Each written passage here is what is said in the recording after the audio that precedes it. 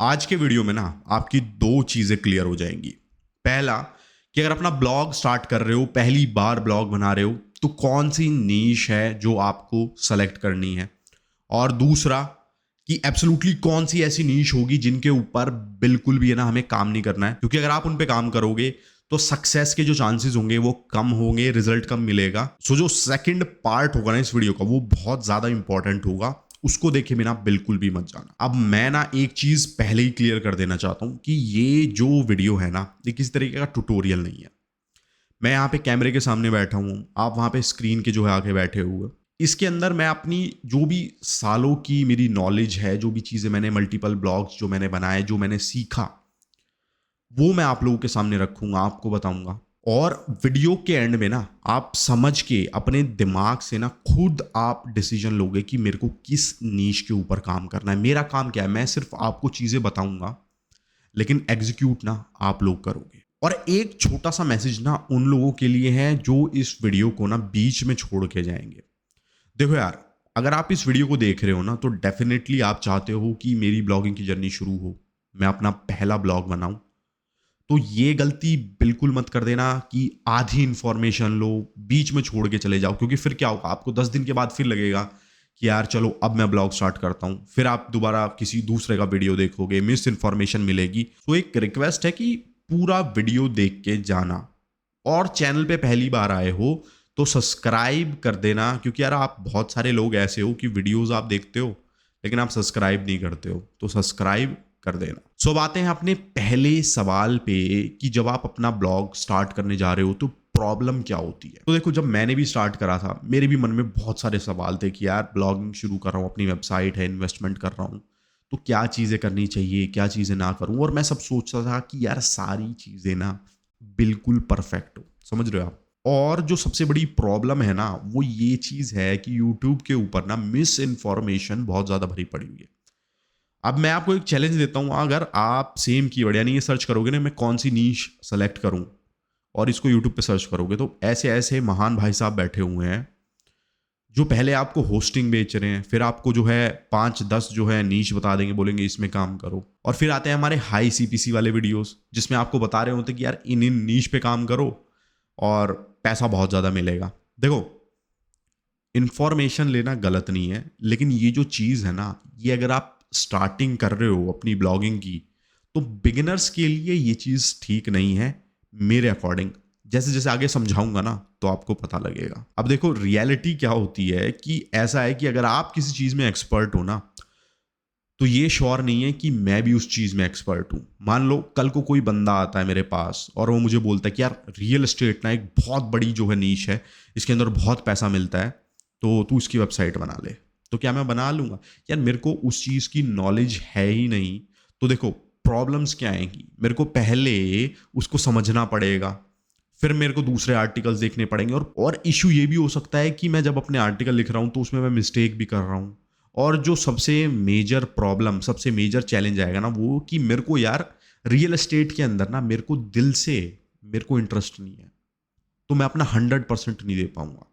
मैं ये नहीं कह रहा कि आप नहीं दे पाओगे, लेकिन हम अपनी जर्नी स्टार्ट कर रहे हैं, हम शुरुआत कर रहे हैं, तो हम ये चाहते हैं कि हम सही तरीके से हम शुरू करें। अब तुम देखो कि इंडिया ने अभी ना जो विक्रम लैंडर है उसको मून के ऊपर जो है लैंड करा था, उससे पहले या आज से 3-4 साल पहले ही उन्होंने चंद्रयान 2 भेजा था। अब जो साइंटिस्ट लोग हैं जिनका इतना बड़ा दिमाग है, इतनी रिसर्च करी उन्होंने, पैसा स्पेंड करा, इतना इक्विपमेंट लगाया, टेक्नोलॉजी लगा के उन्होंने चांद पे भेजा था उसको, और कुछ लास्ट के कुछ चंद मिनटों में ना वो क्रैश हो गया। तो उन्होंने फर्स्ट टाइम उसको ट्राई करा था लैंड करने की। तो आप क्या सोच रहे हो कि आप जो पहली नीश जो सेलेक्ट करी उसके अंदर ही सक्सेस मिल जाएगी? यार ऐसा नहीं होता। ठीक है, आप अपने एंड से जो है आप 100% श्योर रहो। और एक कहावत है, बहुत अच्छी कहावत है कि अपना कर्म करो और जो फल की इच्छा है ना वो मत करो। सो ये चीज समझने की कोशिश करना जो मैंने अभी आपको बताई है। और जो हमारा दूसरा चैलेंज मुझे लगता है लोगों को आता है, वो ये आता है कि वो बहुत ज्यादा एक्सपेक्टेशन रख लेते हैं। देखो यार, मैंने ब्लॉगिंग शुरू करी थी ना, मेरे को भी थी। एक्सपेक्टेशन रखना, सपने देखना बिल्कुल गलत नहीं है, लेकिन हमें क्या करना है, आप अपनी ब्लॉगिंग स्टार्ट कर रहे हो, तो एक्सपेक्टेशन फर्स्ट ब्लॉग से ना थोड़ी सी कम रखना, कि कल को क्या हो रिजल्ट ना मिले ना तो निराशा भी उतनी ज्यादा ना हो। और मेरे चैनल पे आ गए हो ना तो 50% तो आपका काम यहीं पे जो है आसान हो गया, क्योंकि ऐसी इंफॉर्मेशन और वीडियोस आप लोगों के लिए बनाता हूं ना, गारंटेड कोई आपको नहीं बताने वाला। तो इसी बात पे एक सब्सक्राइब कर दो अभी। सो आप लोगों को क्या करना है, जो अपनी एक्सपेक्टेशंस है ना उनको थोड़ा सा कम रखना है। क्योंकि जनरली क्या होता है यार, शुरुआत में ब्लॉग बना रहे हो, आप सोचते हो कि ढेरों पैसा कमाऊंगा, बहुत सारे लोग आ जाएंगे और ट्रैफिक लाऊंगा, गूगल न्यूज के अंदर लाऊंगा, एडसेंस से अर्निंग होगी। तो ये जो चीजें हैं ना ये होती हैं, लेकिन इनको टाइम लगता है। तो दूसरी चीज क्या करनी है कि एक्सपेक्टेशंस थोड़ी सी कम रखनी है हमें, ठीक है। सो ये जो दो चीजें थी ना, पहला था कि प्रॉब्लम और एक्सपेक्टेशन, ये डिस्कस करना बहुत ज्यादा जरूरी था, क्योंकि ये कोई आपसे डिस्कस नहीं करने वाला इन चीजों के बारे में। अब मूव ऑन करते हैं वीडियो के सेकंड फेज पे, जिसके अंदर हम सॉल्यूशन देखेंगे, यानी कि नीश आपको कौन सा सेलेक्ट करना है। सो देखो, जब भी ना मुझसे कोई ये सवाल पूछता है कि भैया मैं एक वेबसाइट शुरू करने जा रहा हूं और कौन सी नीश मुझे जो है वो सेलेक्ट करनी चाहिए, तो चाहे वो मेरा कोई व्यूअर हो, यूट्यूब से आया हो, पर्सनली इंस्टाग्राम से पूछा हो, या फिर कहीं पे मैं बाहर गया हूँ वहाँ पे उनने मुझसे पूछा हो, तो मेरा ना सिर्फ एक ही जो है जवाब होता है, और वो ये है कि नीश ऐसी सेलेक्ट करो, जो पहली नीश है ना, जो आपकी पहली वेबसाइट है, ऐसी सेलेक्ट करो जिसके अंदर आपकी एक्सपर्टीज हो, आपका एक्सपीरियंस हो।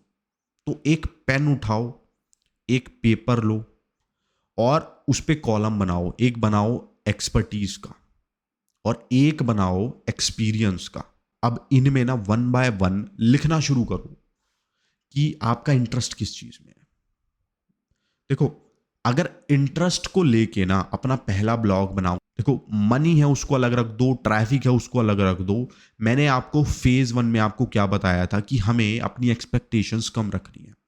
आपका जो ब्लॉग है ना उससे आपका क्या गोल होना चाहिए, गोल क्या होना चाहिए कि आपको उससे ज्यादा से ज्यादा सीखना है। आप देखो, फर्स्ट क्लास से आप 12th स्टैंडर्ड करते हो, आपको पूरे 12 साल लगते हैं। तो आप ये कैसे एक्सपेक्ट कर रहे हो कि आपने कहीं से 2-3 महीने में डिजिटल मार्केटिंग एसईओ सीख ली तो आप रिजल्ट ले आओगे, आप कर लोगे? भाई कुछ होते हैं एक्सेप्शन, वो कर लेते हैं, लेकिन हमें क्या करना है, अगर हम उन लोगों में से नहीं है ना जिनका आईक्यू बहुत ज्यादा है, तो हम सही तरीके से चीजें करेंगे ना, जिस तरीके से मैंने करी, मैं आपको देखो वैसे ही मैं बता सकता हूं, क्योंकि मुझे रिजल्ट मिला आज आपके सामने, मैं इसलिए ही बैठा हुआ हूं।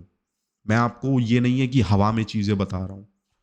बहुत सारे ब्लॉग्स मैंने बनाए हुए हैं, बहुत सारी वेबसाइट्स, कंपनी, स्टार्टअप्स पे मैंने काम करा हुआ है, तब मैं आज यहाँ पे आप लोगों के सामने बोलने के लिए मैं बोल सकता हूँ कि क्वालिफाइड हूँ मैं। सो आपको क्या करना है, चाहे आप लोगों को 2 दिन लग रहे हो, एक हफ्ता लग रहा हो, बैठो, अपने दिमाग पे जोर दो और ये देखो कि मैं किस चीज के अंदर अच्छा हूं, मेरे को क्या चीज करने में मजा आता है, और उसके ऊपर ब्लॉग बनाओगे ना तो कुछ चीजें आपकी ना बहुत इजीली सॉल्व हो जाएंगी। पहला कि आप आर्टिकल लिखोगे ना, आपको खुद इंटरेस्ट आएगा, आप जानोगे कि अरे यार ये चीज़ भी होती थी। मान लो आपने क्रिकेट के ऊपर बनाया, देखो मेरा पर्सनली जो है क्रिकेट के अंदर इतना ज़्यादा इंटरेस्ट नहीं है। अगर मान लो क्रिकेट मेरा इंटरेस्ट होता, मैं उस पर ब्लॉग बनाता, तो मुझे नई नई इंफॉर्मेशन मिलती जो कि मेरे लिए पर्सनली भी ना बहुत इंटरेस्टिंग होती। और दूसरा कि मैं उससे ना कभी बोर नहीं होता। मान लो कल को मेरे पास, मान लो 2 महीने हो गए मेरे पास ट्रैफिक नहीं आ रहा, पर मैं क्यों कर रहा हूँ चीज़ें, मैं तो अपने इंटरेस्ट के लिए कर रहा हूँ ना, तो मैं उसको कंटिन्यूस करता ही जाता, मैं करता ही जाता। तो ये चीज़ है।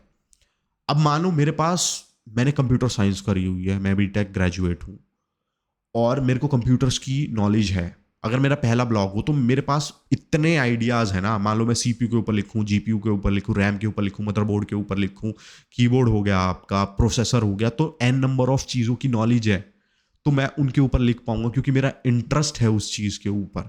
तो ऐसी चीज़ पकड़ो जिसपे आपका इंटरेस्ट हो और उस पर ब्लॉग बनाओ। अब बहुत सारे बंदे ना यहाँ पे कमेंट में आएंगे, या कोई मेरी जो कॉम्पिटिटर हो गए जो मेरी वीडियो देखें वो बोलेंगे कि भाई क्या इन्फॉर्मेशन दे रहा है, ये तो देखा ही नहीं कि उस नीश के अंदर कंपटीशन है, नहीं है। देखो मेरे अकॉर्डिंग ना कोई भी ऐसी नीश नहीं है जिसके अंदर आप लोग काम नहीं कर सकते। हर नीश के अंदर ना कुछ ऐसे कीवर्ड मिलेंगे जिनको हम लो हैंगिंग फ्रूट्स बोलते हैं, यानी कि ऐसे कीवर्ड, क्वेश्चंस जिनके ऊपर ना कोई काम नहीं कर रहा है। जनरली उनको हम लॉन्ग टेल कीवर्ड भी बोलते हैं, तो हमें उन्हीं पे ही काम करना है। हम किन चीज़ों पे लिखेंगे? जिन पे कोई नहीं लिख रहा है। अब जिन पे कोई नहीं लिख रहा तो उन पे रैंक करना आसान होगा और हम ट्रैफिक लाएंगे। और ये चीज़ें आप कैसे सीखोगे? अगर आप मेरे से जुड़े हुए हो, मेरे चैनल पे जुड़े हुए हो, तो आपको इन चीज़ों के बारे में, जो छोटी छोटी चीज़ों के बारे में इंफॉर्मेशन है ना, वो आपको मिलती रहेगी। तो इतनी देर मैंने आपको जो है ज्ञान दिया, अभी तक मैंने आपको बताया है कि क्या करना है। कोई भी बंदा कुछ भी बोले कि इस नीश को पकड़ लो, उस पे कर लो, पैसा ज़्यादा है, पैसा कम है, ट्रैफिक ज़्यादा है, सब खत्म। क्या करना है? सिंपली पहली वेबसाइट है ना, ये है आपके सीखने के लिए, एक्सपेरिमेंटेशन के लिए। क्योंकि इस वेबसाइट से जो भी आप चीज़ें सीखोगे ना, और जो भी सक्सेस आपको इससे मिलेगी, वो हम आगे चल के जो हम प्रोजेक्ट्स जिन पे वर्क करेंगे, मान लीजिए एडसेंस अर्निंग के लिए, एड्स के थ्रू अर्निंग के लिए, या और अफिलिएट अर्निंग के लिए, तो ये ना आपका बेस बनेगा। यार मेरे को ना एग्जाम्पल से समझाने में ना बहुत मजा आता है। एक एग्जाम्पल के थ्रू देखते हैं। मान लो आपने अपनी 12th अभी कंप्लीट करी है। अब क्या है कि मतलब आप ऐसी रैंडम किसी कॉलेज में एडमिशन ले लेते हो? नहीं ना। क्या करते हो? आप अपने मार्क्स देखते हो, आप यार अपनी पॉकेट देखते हो, और अपना सबसे बड़ी चीज़ आप इंटरेस्ट देखते हो कि यार अगर मैं ये चीज़ करूंगा ना तो जिंदगी भर मेरे को यही करना पड़ेगा। तो आप ये चीज़ें कंसिडर करते हो ना। आप ऐसा तो नहीं कि किसी ने बोल दिया कि यार इसमें एडमिशन ले ले। अब कुछ लोग होते हैं यार, वो ले लेते हैं, लेकिन स्टिल आपका खुद दिमाग भी तो होता है कि यार नहीं, मैं ये चीज़ कर लूँगा। तो किसी की बातों में नहीं आना है, यहाँ पे अपना दिमाग हमें लगाना है। और हाँ, मैं एक चीज़ बताना भूल गया आपको कि बोला था कि कुछ ऐसे लोग होंगे, बोलेंगे कि लॉस्ट है यार बिल्कुल, हम तो, हमें नहीं पता कि हमें किस नीच पे करना, नहीं करना। तो उस केस में क्या करना है? उस केस में पेन उठाओ और ऐसी चीज लिखो जो आप सीखना चाहते हो, है ना।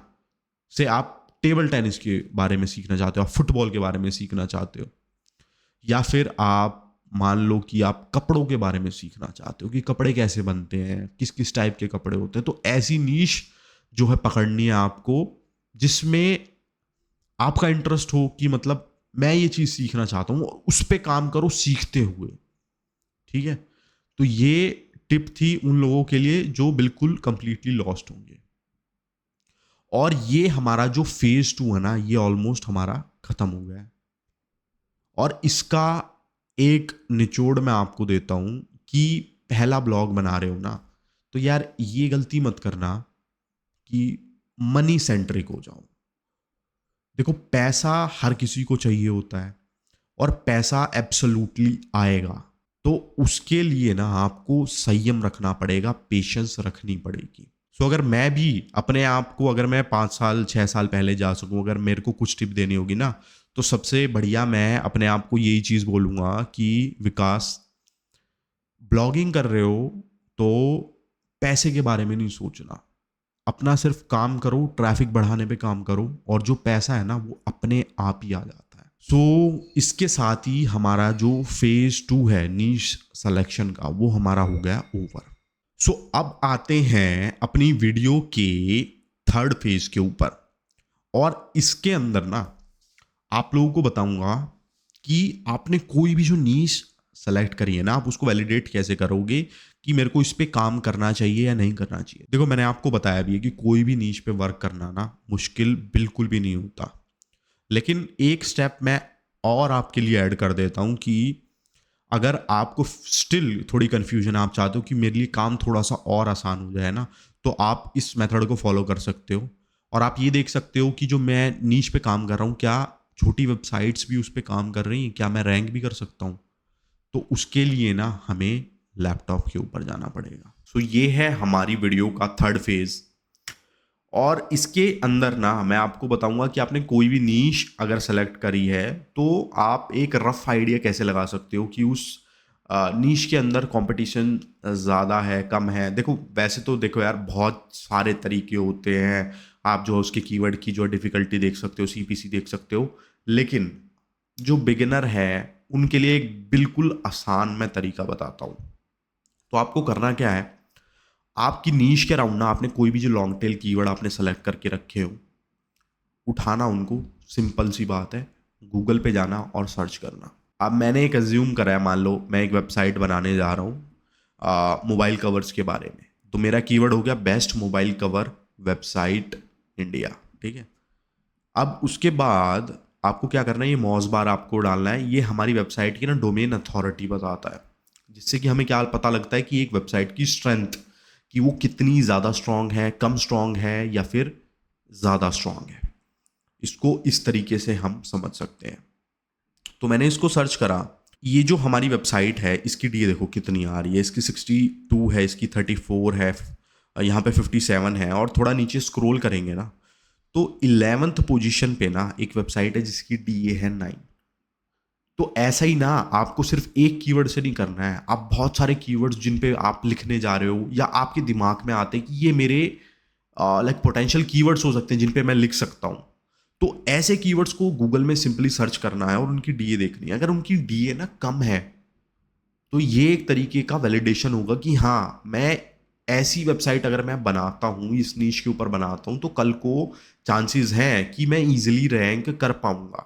और इस वेबसाइट को जब मैंने यहाँ पे ना ओपन करा तो आप देखोगे कि बेसिक वेबसाइट है, काफ़ी अच्छी तरीके से रिप्रेजेंटेशन करी हुई है, तो सेम चीज़ें हम भी कर सकते हैं। एक एग्जांपल ना आपको और देता हूँ। मान लो कि मैंने सोचा कि फैशन रिलेटेड वेबसाइट बनाता हूँ, तो उसका एक कीवर्ड हो गया कि how to select running shoes. तो सेम चीज़ करनी है हमें। यहाँ पे देखो कि स्टार्टिंग में तो देखो डेफिनेटली ना यार बड़ी वेबसाइट्स ही मिलेंगी।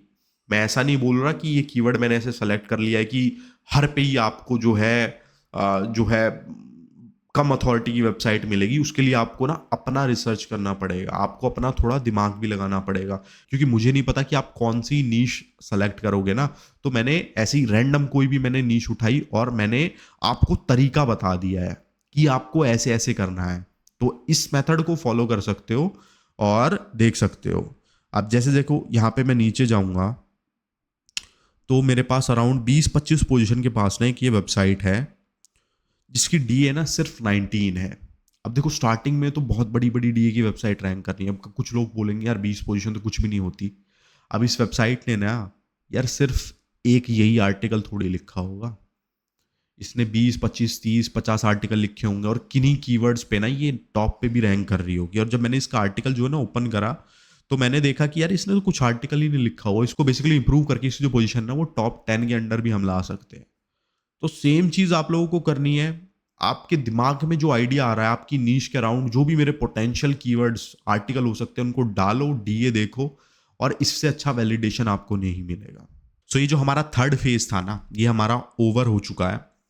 और अब इस वीडियो के ना मोस्ट इंपॉर्टेंट फेज यानी फोर्थ फेज में आपको ये बताऊंगा कि एब्सोल्युटली कौन सी ऐसी नीश है, चाहे बिगिनर हो या थोड़ा भी एक्सपीरियंस है ब्लॉगिंग के अंदर ना, तो इनको हाथ भी नहीं लगाना है।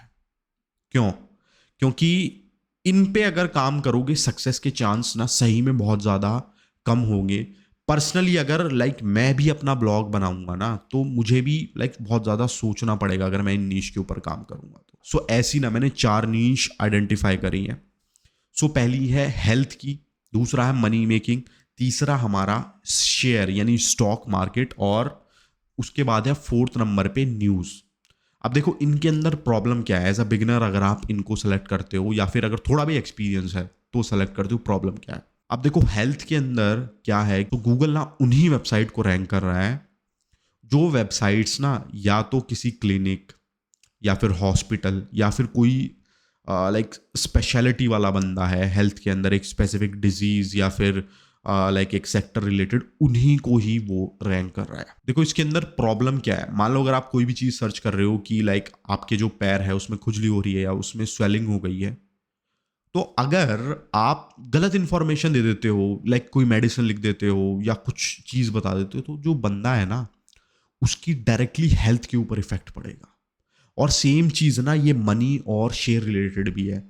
अगर आपने गलत इंफॉर्मेशन दी ना तो किसी बंदे का फाइनेंशियल लॉस हो सकता है, उसकी जो हार्ड अर्न मनी है, जो उसका पैसा है, वो पूरा की पूरा खत्म हो सकता है, बर्बाद हो सकता है। तो इसलिए गूगल क्या करता है ना, नई वेबसाइट को इन कैटेगरीज के अंदर रैंक करने के लिए ना बहुत आपकी मेहनत करवाएगा वो, जो कि ना एज अ बिगिनर जो हमारा लिमिटेड बजट होगा वो हम नहीं कर पाएंगे। और पर्सनली बहुत सारे ऐसे लोग हैं जिन्होंने कमेंट करा है मेरे को, और जो इंस्टाग्राम के ऊपर रीच आउट करा, उन्होंने मुझे बताया कि वो इन नीश के ऊपर काम कर रहे थे, उनको साल 2 साल 1.5 साल हो गए और किसी तरीके का रिस्पॉन्स नहीं है, वो कंटिन्यूसली उस पर वर्क कर रहे हैं।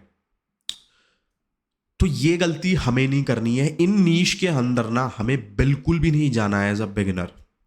और जो फोर्थ नंबर है वो है न्यूज़। अब इसके अंदर ना मैंने ऐसे ऐसे लोगों की वीडियो देखी हुई है, वो कह रहे हैं कि एआई के आर्टिकल लिख के न्यूज़ वेबसाइट बनाओ और मिलियंस का ट्रैफिक लाओ।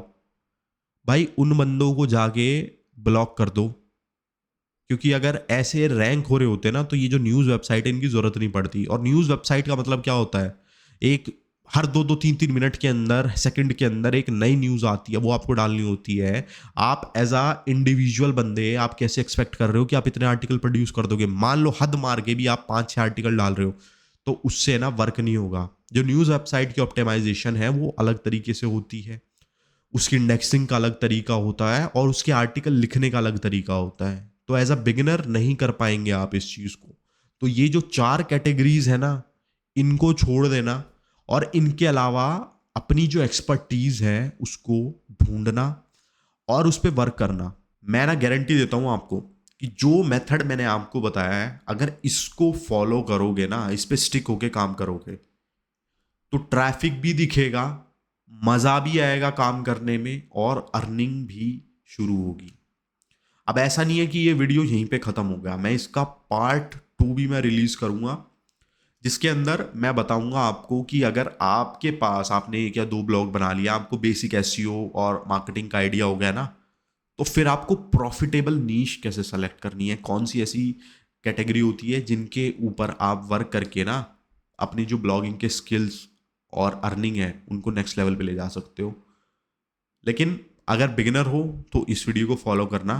अब जो मैंने अपने व्यूज़ थे ना वो आप लोगों के सामने रख दिए हैं और होपफुली आप लोगों को काफ़ी चीज़ें समझ में आई होगी। अब आता है आपका काम, जितनी भी चीज़ें समझी हैं उनको सोचो और ये देखो कि अब इनको कैसे इम्प्लीमेंट करना है। और मिलते हैं नेक्स्ट वीडियो में।